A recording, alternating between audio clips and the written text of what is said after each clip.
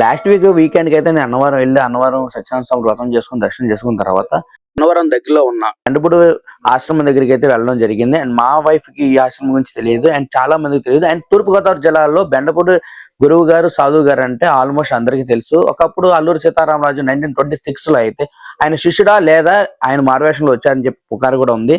ఈయన అల్లూరి సీతారామరాజా లేదా వాళ్ళ కుటుంబ సంబంధితుడా అని చెప్పి ఈయన DNA కూడా ధృవీకరించి డిమాండ్ చేయడం జరిగింది.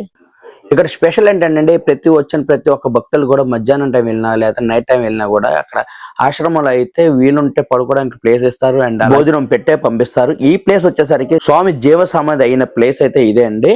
అండ్ మీ ఫ్రెండ్ నుంచి కూడా చూపిస్తాను. ఈ ప్లేస్ కి వచ్చిన చాలా నిర్మలంగా చాలా ఆనందకరంగా లేకపోతే మనశ్శాంతిగా అయితే ఉంటుంది. అండ్ ప్లేస్ అయితే అలాంటిది. ఎందుకంటే ఇక్కడ చేసిన కార్యక్రమాలు అలాంటివి. ఎంతో మందికి అన్నం లేని వాళ్ళకి అన్నదానాలు కార్యక్రమాలు చేస్తూనే ఉన్నారు ఆయన ఉన్నప్పుడు. అండ్ విడి రోజులో వచ్చిన వాళ్ళకి కూడా ప్రతి రోజు కూడా అన్నదానం ఉంటుందండి. ఒక 10-20 మంది వచ్చినా కూడా ముందుగా 12 గంటలు వస్తే వీళ్ళకి చెప్తే భోజనాలు ఏర్పాట్లు చేస్తారు. అలాగే ఇయర్ ఎండ్ లో మాత్రం డిసెంబర్ 3 రోజుల్లో అయితే చివరాఖరి రోజుల్లో అయితే ఆరాధన డేస్ అని 3 రోజులు ఉంటాయి. ఖచ్చితంగా ఈ రోజుల్లో అయితే దూరాభారాల నుంచి కూడా వచ్చి జనాలు వసతి గృహాలు ఉంచి ఆ 3 రోజుల అన్నదాన కార్యక్రమాలు వందలాది మందికి అయితే అన్నదాన కార్యక్రమాలు చేయడం జరుగుతుంది. ఇదంతా పక్కా పల్లెటూరు అవడం వల్ల కొంతమందికి సిటీ నుంచి వచ్చి ఇక్కడ స్టే చేయడం కూడా చాలా ఆహ్లాదకరంగా అయితే ఉంటుంది. జై హింద్. శ్రీ పరమహంస చిద్వేంకట రామ బ్రహ్మానంద మహర్షి అని పిలువబడతారు.